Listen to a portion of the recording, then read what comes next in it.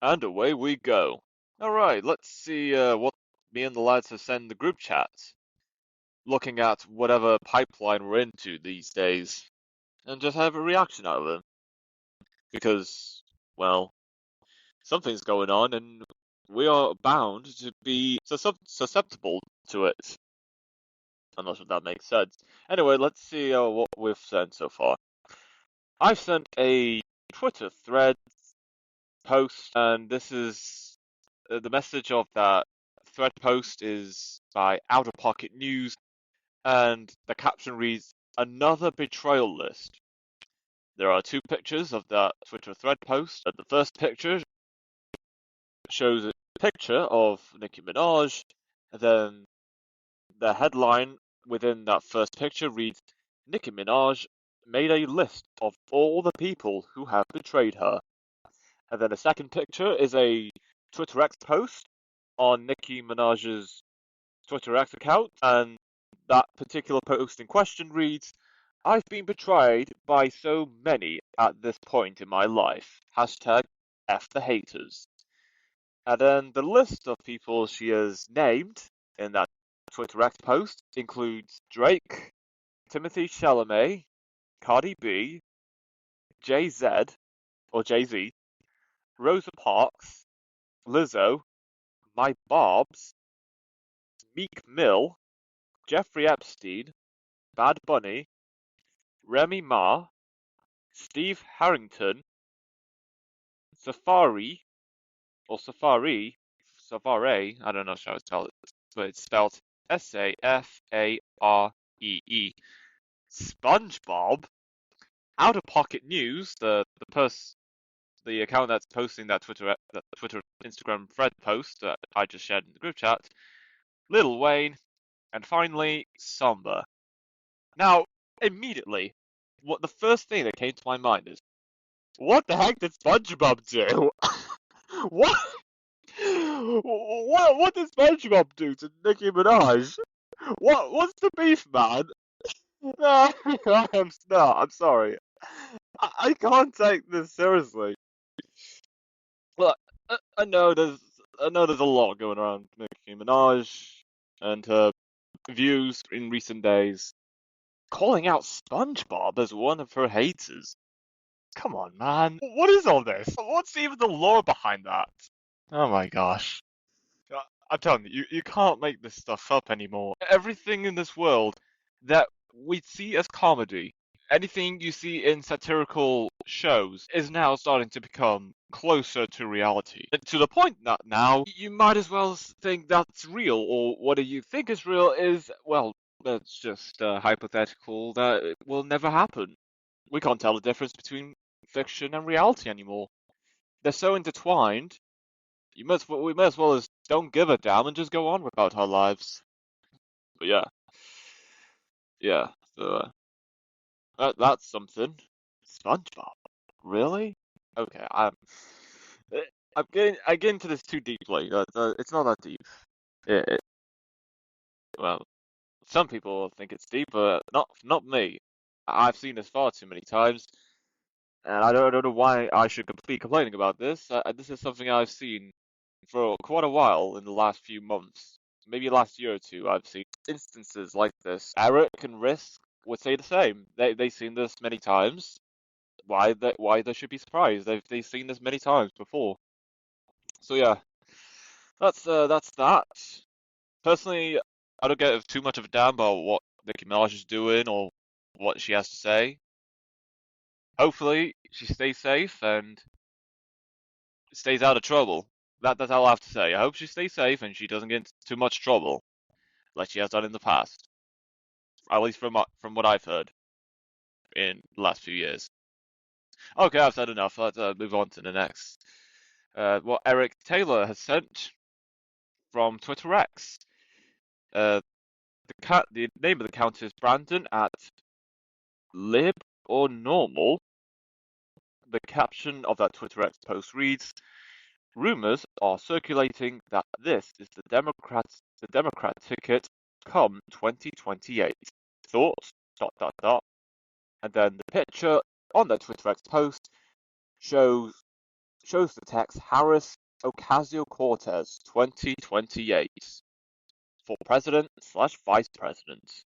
Eric responded saying, "This probably isn't true, but I wouldn't be surprised if this was real." And yeah, I'd say the same.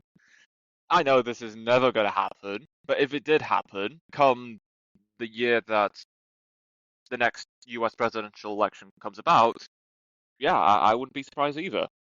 Besides Gavin Newsom and maybe Josh Shapiro, I'm not sure which politician for the Democrat ticket would be viable enough to go up against the likes of J.D. Vance or Marco Rubio if one or two were to be the Republican ticket in the next US presidential election. Well, whatever happens, it is what it is, I guess. And it was what it was. And so on and so forth. Alright. Next, Eric Taylor sent a screenshot and what seems to be from Apple Calendar. The text within that screenshot that Eric Taylor sent reads, "First night of Ramadan. Date Wednesday, February 18th, 2026. Showing it taking place all day. Calendar, then it is on the calendar, it's marked as a US holidays. And then there's some other stuff like notes. This date is approximate because it is based on a lunar calendar. The beginning of Ramadan is the day after the new moon." That's what's said in notes within the Apple Calendars app. Eric responded saying, "Ramadan is considered a US holiday? Question mark." And you know, I'm thinking the same thing. Until now, I didn't even know Ramadan was a holiday in the United States. Hey, the more you know. You know what? I'll be honest. If people want to celebrate Ramadan, do it. It's not like it's not like it's the end of the world. People just going about their lives, even if people don't agree with their lifestyle or their faith. You know, there are bigger problems in this world that we should be worried about. It's okay to have opinions, which you are entitled to, and you don't have to agree with the lifestyles, the holidays that people celebrate or practice. What's important is you go on about your day the way you want to go on about your day. Like you would expect from other people, it is expected that you and everyone else allows other people to go on about their day. Unless there is signs of violence about to be enacted, then we should probably call out on that. That is it. That's all I have to say on that. So to end off on what Eric Taylor sent on the chat with the fact that Ramadan is a US holiday, until now I had no idea that was the case. Now that I know that, okay. So I guess there's a prominent Muslim population in the United States to the point where Ramadan is now classified as a US holiday. Because there are Muslim people in the United States. Not as much as other countries in the Middle East or North Africa, but there's certainly a significant amount of Muslim people. And at some point, it was going to come to the point where Ramadan is going to be considered a US holiday, given the Muslim population that permanently resides in the United States. And then Risk 11 responded to that screenshot that Eric sent with the words, "It isn't." I'll leave it at that. Even if Ramadan is a US holiday, Ramadan is a celebration in the Islam faith. This is a celebration that Muslims celebrate. That's all I know. And again, there are people that are going to celebrate Ramadan. I don't have much complaints. Go on about celebration, they can do so.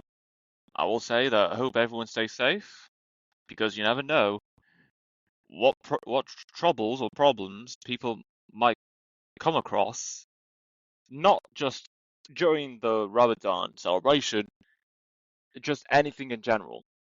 You can never feel safe anywhere in this world anymore, especially in the most developed Western nations like UK, US, France, Spain, Germany, Italy, to some extent, Sweden, possibly Norway and Finland as well, Australia, possibly New Zealand, amongst others. That's just me. It'll likely be a different experience for other people. For me, I'd say I got to keep myself safe from whatever changes come about in today's world. So after Risk 11 responded to Eric Taylor's screenshot, he sent a screenshot of himself showing the text that shows from a Twitter X post, and the text from that Twitter X post, I can't see who sent, I can't see who the author of that post is because, again, it's just a screenshot Risk 11 just sent with the text that he wanted to show us. The text in question reads, "Be me, Dutch investor. Netherlands approved 36% unrealized gains tax. What the fudge does that even mean? Put $1,000 into stocks. Year 1. Stock goes to $2,000. Government, you made $1,000. Pay $360 cash in tax. Mother fudger. What? I didn't sell anything. Forced to sell shares to pay. Everyone else forced to sell too. Mass panic selling.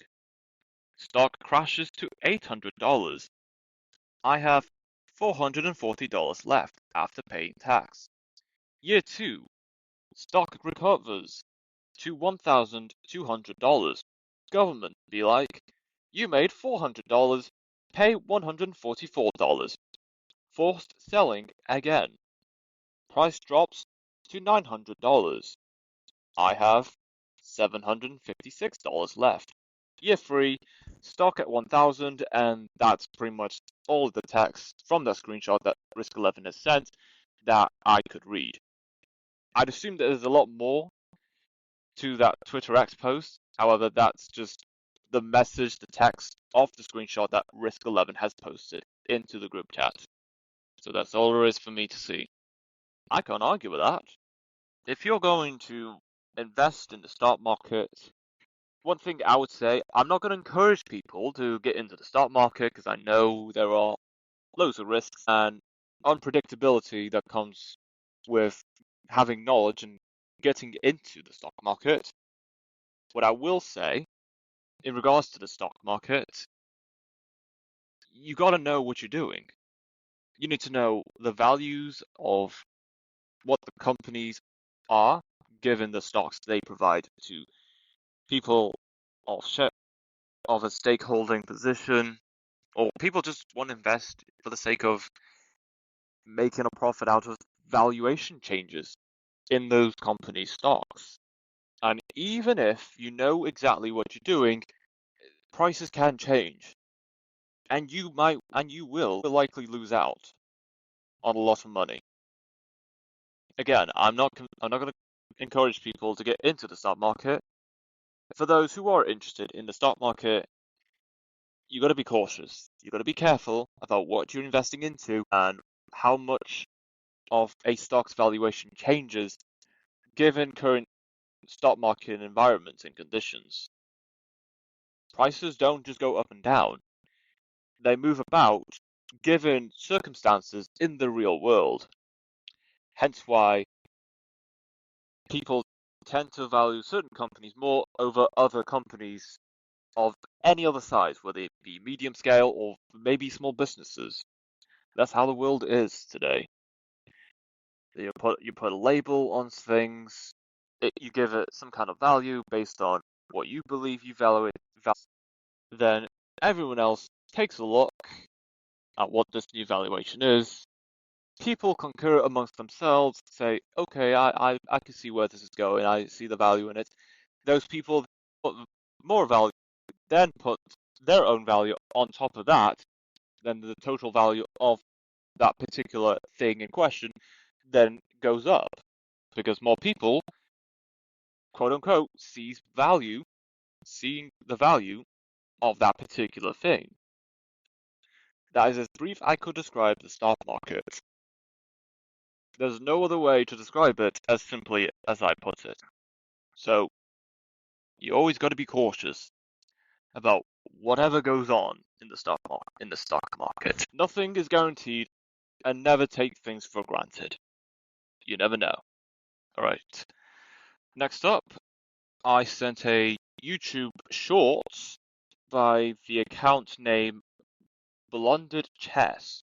It's a chess game YouTube channel for all things chess related. And the video, there's not much words describing this particular shorts.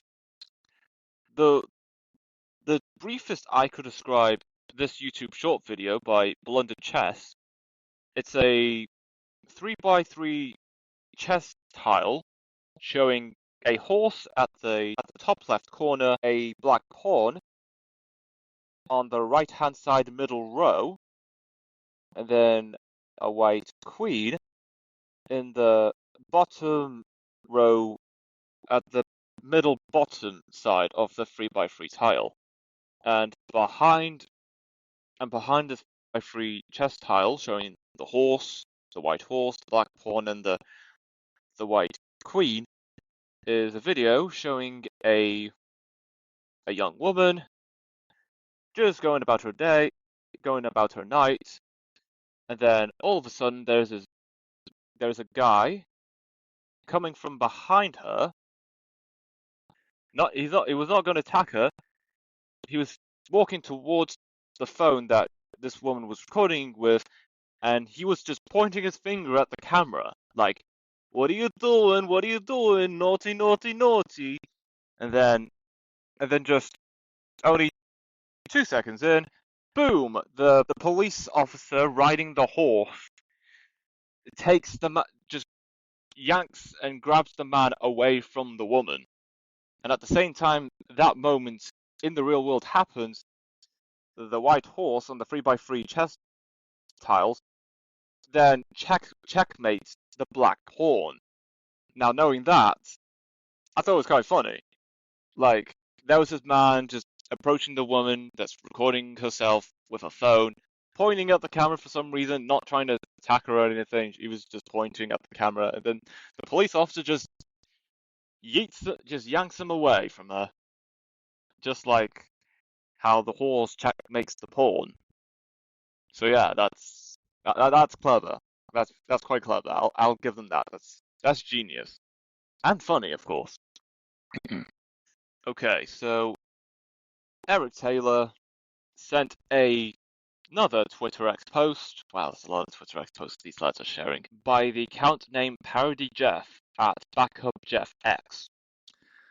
The caption of that Twitter X post reads, "For the first time, Rabbi Shmuley appeared on social media with his wife. Thoughts?" And then the picture on the Twitter X post shows Rabbi Shmuley with, of course, his wife. And then there is text within that photo of that Twitter X post reading, "My beautiful wife." Eric responded to that Twitter X post saying, "Rabbi Shmuley's wife." Okay, and that's it. But for some reason, Shmuley is a name that, although I'm familiar with, I don't know much beyond just knowing the name. I don't know if it's a person, it's a concept, it's a catchphrase. I was familiar with the word Shmuley, but I don't know what it was and who it was. Just seeing that Twitter X post that Eric just shared in the group chat, okay, I knew that name sounded familiar. So now I can rest easy knowing that Shmuley is the name of a rabbi. So yeah, I was thinking Shmuley, like randomly. I was like, oh, what's Shmuley? Is it a person? Is it a thing? Is it a catchphrase? It's some kind of concept or something? And apparently it's a guy. So okay, that's what I wanted to know. Now that I know, I can just go on about my life. And actually, it's wait, how the caption of that Twitter X post that Eric shared just less than an hour after the previous Twitter X post about Rabbi Shmuley's wife. The caption of that post reads, "I have a weird theory laughing emoji. Don't cancel me for this. I'm just a tiny baby, okay? Interracial couples create the most intelligent slash genetically blessed children because they are as far away from inbreeding as possible. Genetic diversity is undefeated. The further you are from your cousin, the better the odds. Eric responded to that Twitter X post directly saying, she's got a good point. And then I replied to Eric's response saying, and that, gentleman, is one of the reasons why I prefer to be in a relationship with foreign women. Eric responded to that response with, good call. From that Twitter X post about how interracial couples are most intelligent and genetically blessed, I don't care too much about people's looks. Even if most people say, oh, you look awful. Personally, I don't give a damn.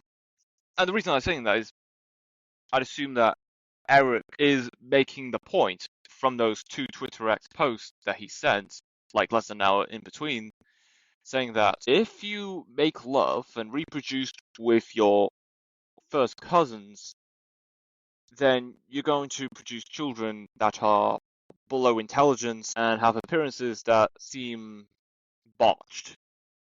That's what I think what Eric was trying to insinuate from those Twitter X posts.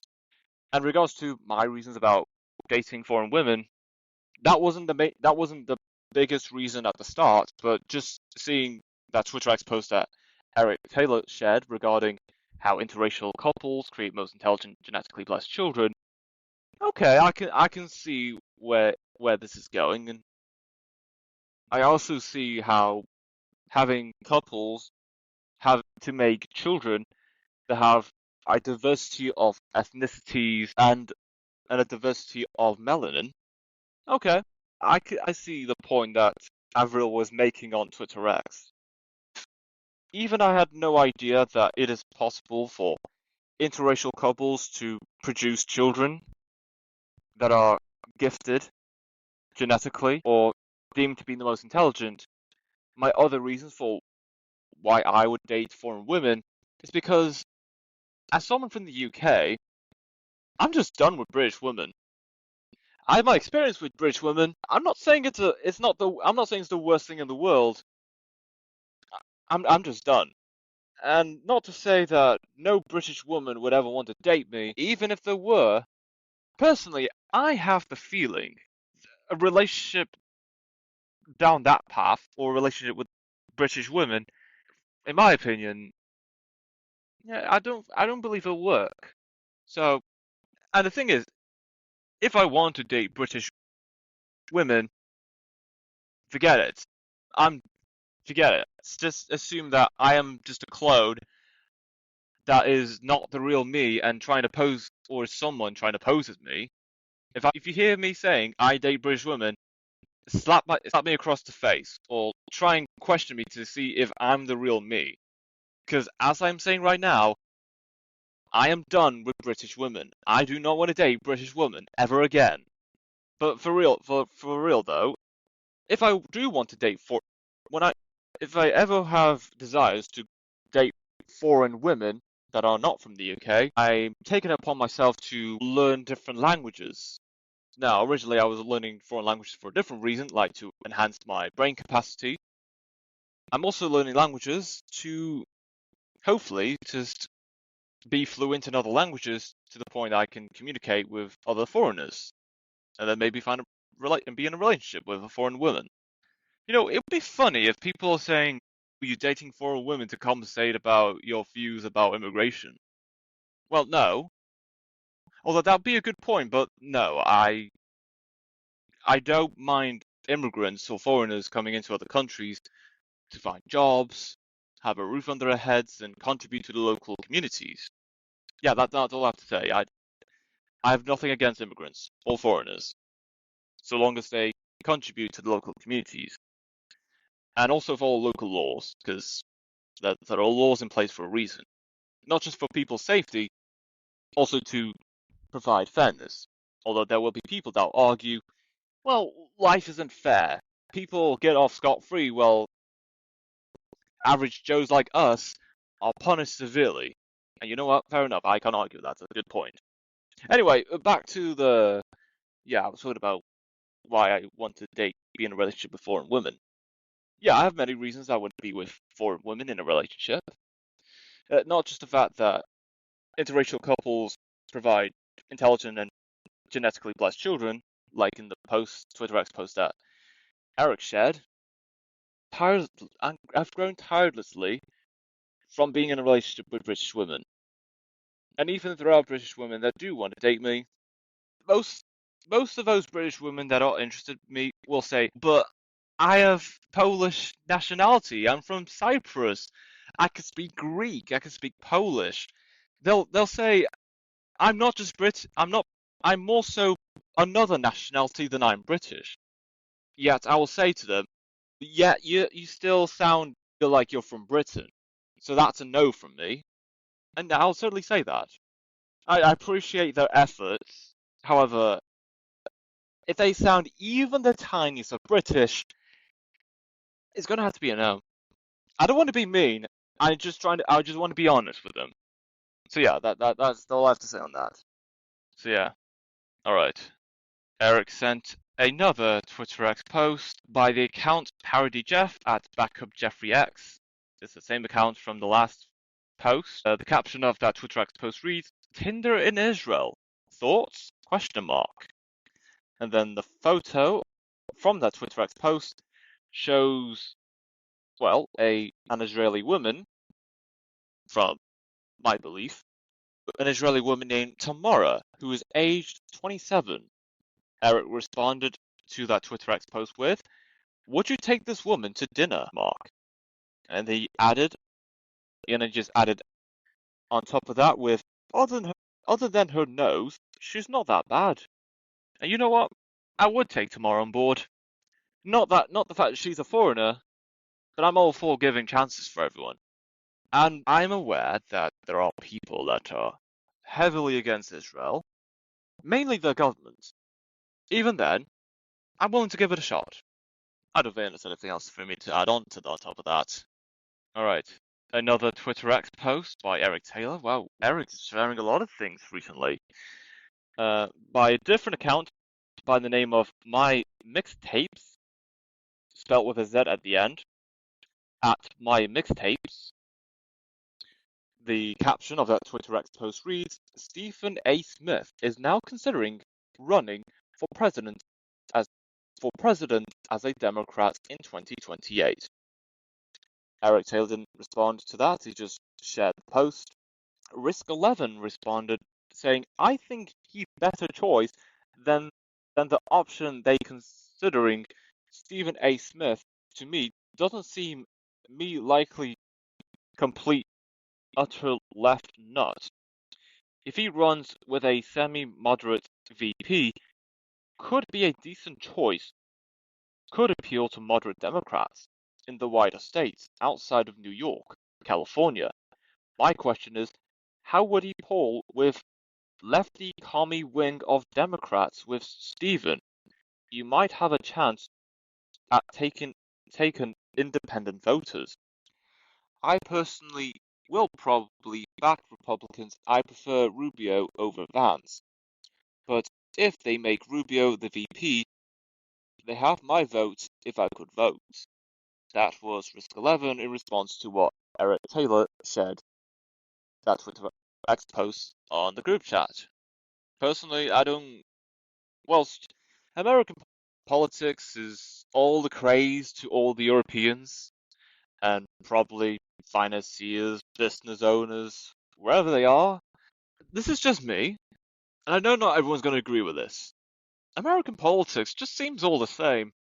Even when people say that Democrat is on the left, Republicans on the right, how will those two parties compare to other political parties in other countries? I have seen many social media posts showing that politicians, either Democrat or Republican, tending to shift more towards the right. Not just the Republicans. There are certain Democrat politicians, the left-leaning most politician is either centrist or central left. And that's the point I'm making. Whilst there is diversity in political opinion in the US, most of them tend to lean more towards the right than most other political parties anywhere around the world. I'm not expecting anyone to be on board with this, how do I say it?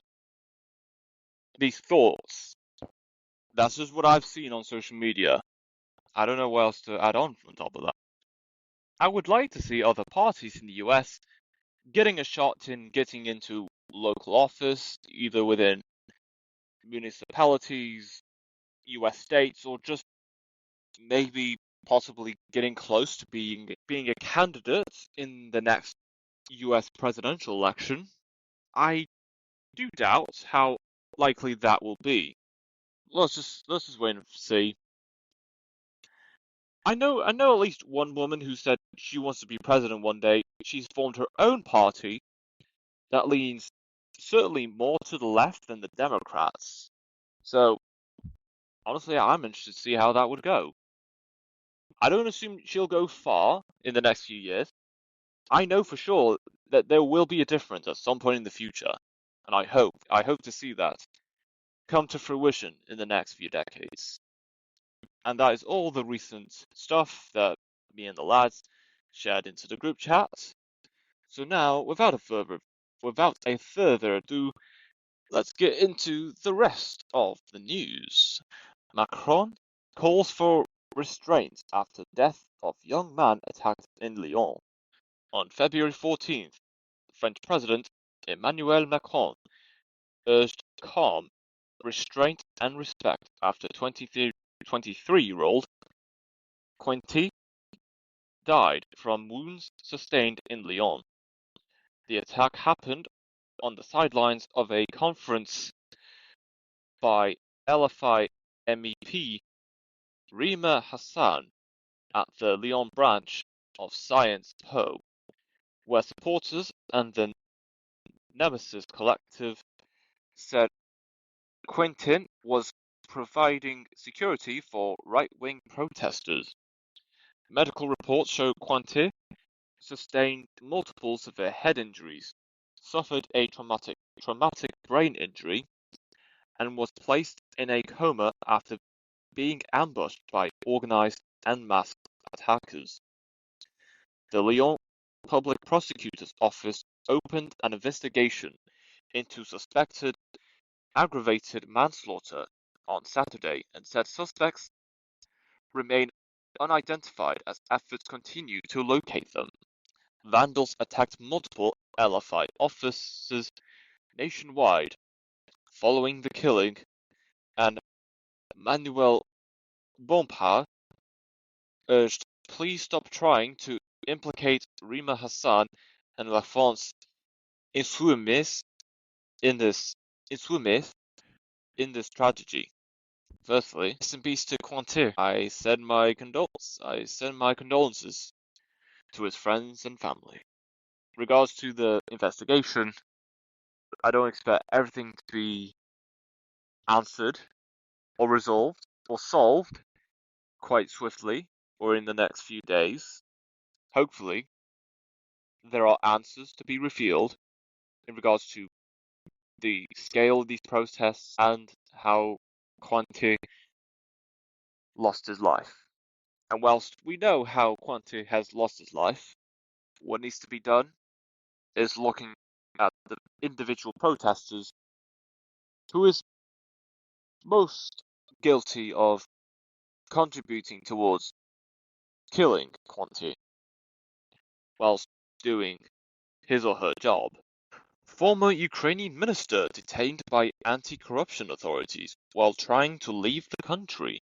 On Sunday, NABU detectives detained Herman Halushchenko, former energy minister, at the state border of Ukraine as he tried to leave, announcing it as part of the Midas case. The Midas probe centers on an alleged $100 million kickback scheme at Energoatom, Energoatom, state atomic agency, siphoning funds during security work, investigators say. Records show investigators searched properties on November 10th, linked to Halushchenko, citing audio mentioning Professor and his personal benefits, while Radio Free Europe / Radio Liberty reported his detention under Article 208. He is being transported to Kiev for questioning as authorities said initial investigate actions are ongoing, with 8 suspects formally charged and details to follow. The case comes as Ukraine intensifies anti-corruption steps to reassure partners and advance its EU membership bid, with local reports linking the scandal to Ukraine's failure to install defensive bunkers amid Russian attacks, and authorities targeting other senior figures in recent weeks. Now, not to say this is true, was he a minister for when Volodymyr Zelensky has served as president up until now? I'm not sure if he was an energy minister under Zelensky. If he was, who's not to say that he could have played a role in the energy centers in Ukraine being taken down by Russian weapons? I'm just saying. I am not saying this is true. This man, Herman Hulashchenko, was minister either years before or up until Russian weapons were targeted at energy sources providing energy to Ukrainian households, then that's a whole nother can of worms. There's this could be an investigation on treason or espionage. And again, not saying this is true. This is hypothetical. And I am certainly not sure at what point in time Halushchenko was energy minister. I'll be certainly damned if he was certainly energy minister under Zelensky, and especially up until the Russian weapons had targeted energy power plants in the country, in Ukraine, or energy power plants within Ukraine. Oh boy, that's a lot of questioning to do. I hope that's not true, but I'll be certainly damned if that was the case. Then that's just shows that you can't trust anyone these days. Even when there's trust to ensure that Ukrainian lives are protected from any threat under any circumstance, it is scary out there, you know. I may not know what goes on in Ukraine. However, I've heard so much about what's going on. At this point, I don't see how anyone can say, oh, it's not that bad. Yes, it is. It is that bad in Ukraine. And unless you go there yourself and look at the destruction that's been happening, those people will continue to say that. Only when they experience with their own eyes and how large at stake their lives could be, being at the front lines of Ukrainian and Russian forces, that's when they'll realize, you know what? I feel bad for the Ukrainians. It's not looking good, bruv. There is no arguing with that whatsoever. Even there are puppet strings attached to any of this whatsoever. Still, there's no arguing. Lives have been lost. I don't wish any of that on any of my worst enemies. It's awful. Maddening. Ottawa plans to double defense exports, create 125,000 jobs in next decade. Okay then. Published February 15th, the document states the Federal Defense Industrial Strategy pledges to create 125,000 jobs and restructure Ottawa's industrial technological benefit policy. Facing NATO pressure, the government is rushing defense spending to meet commitments amid supply chain risks. From Russia's invasion of Ukraine and the COVID-19 pandemic, with rolled out delayed after Prime Minister Mark Carney suspended travel following a mass shooting in Tumbler Ridge, British Columbia. Funded by the 2025 full budget, the plan includes a 6.6 billion Canadian dollar allocation and aims for $180 billion in procurement, $290 billion in infrastructure, and $125 billion in economic activity, and 70% acquisitions to Canadian firms. By prioritizing domestic suppliers, the plan leaves Canadian businesses in limbo and creates winners and losers with industrial champions, while the NATO pledge could swell the budget deficit by nearly $63 billion by 2035-6. The strategy also sits within a wider international context, as officials say it will restructure the industrial technological benefit policy to support 125,000 jobs and respond to NATO and Arctic security needs. Now, I'm not going to give Canada too much credit for any of this. As promising it does sound, how can I not say it's exciting? There's something going on. It could be argued, if it's done effectively and efficiently in the next few years, at least for the sake of finding the positives in this gloomy, depressing, and stressful world that we're living in right now, I'll take it. I'll take that. Even if this does help with Canada's government, does stay within popularity margins, positive popularity margins, in the next few years up until their next nationwide general election, they do have big shoes to fill. Not just with the government under Justin Trudeau, they also got big shoes to fill in regards to other geopolitical issues, whether it be the United States and other differences with the United States, trying to connect with the European Union despite the fact they're not within the European continent, and possibly something regarding the Arctic. They are very close to the Arctic. They have so many potential in utilizing that land for something if there is enough gas to provide the heating for those homes in the very north of Canada. And of course, well, there's certainly not many people living in those islands within the Canadian sovereign nation.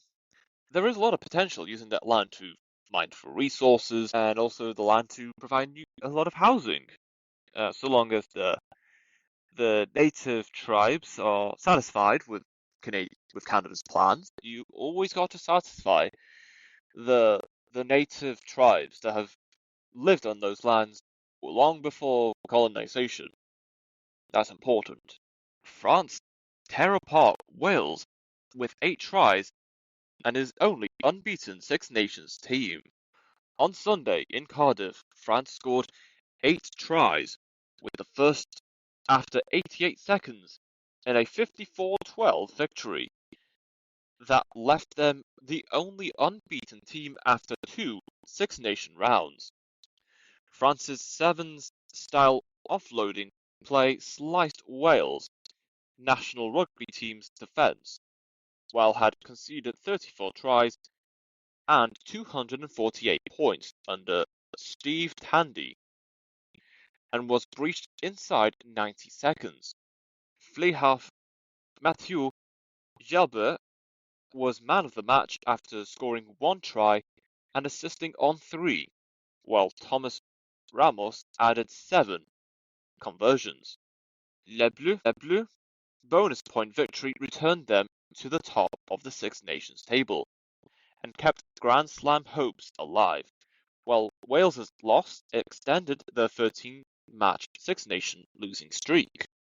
The official attendance of 57,744 at Principality Stadium, Cardiff, was the lowest for a Six Nations game, with supporters vote with their feet, pundits said, amid WRU club-cutting plans. So, in short, big win for France and quite the L for Wales. Not just the game that they played in the Six Nations game, also just with the the national rugby team and even the stadium as a whole in general. Sounds like Wales are in quite hot water right now. I don't know much about what's going on with the Wales rugby team, or what is going on in rugby for that matter. If there is cuts going on in anything, people think, "Oh, if we're going to cut this thing, then we'll be saving lots of money." At what cost, though? Just because you're cutting money or funds from something does not mean the same amount of services will continue to be provided. Is the services still providing efficient quality to the consumers even after the cut? If the answer is no, then you know for sure that cutting whatever funds that was going towards something, whatever that might be, is having quite an effect for whatever it is that the cuts being made to whatever service in question to any event. I'm speaking, at least speaking broadly in regards to this story about the cuts being made within the Wales rugby team, or at least mainly from the Wales national rugby team. Again, don't think by cutting cost, don't think by cutting funding to something means you would just save loads of money. There is a price to pay if there isn't enough money being put towards providing some kind of service to either consumers, employees, staff members, or even athletes for any professional or national team. How are you going to compensate those kind of losses, if any? That's all I will say. Other than what's going on with Wales, congratulations to France with their win, going on an unbeaten streak. Now, I'm not going to say that Wales are going to win the thing. It is impressive how far they're going on their path to actually winning the title in Six Nations. So let's see if France keep up the momentum and then they do go on to win the thing. It'd be quite a shame if France does go unbeaten, yet the moment a match comes up which absolutely determines if France does win Six Nations and then all of a sudden, oh, they lost. There goes their unbeaten streak then. And even in the next match, where they still have a chance to win, they lost that match as well. And then at that point, oh, there goes France's chances of winning Six Nations. And then another team wins it, like England or the Republic of Ireland. That would be quite a shame. France does so well in Six Nations, only to not win the title. That would be quite unfortunate. So yeah, that is it for the episode.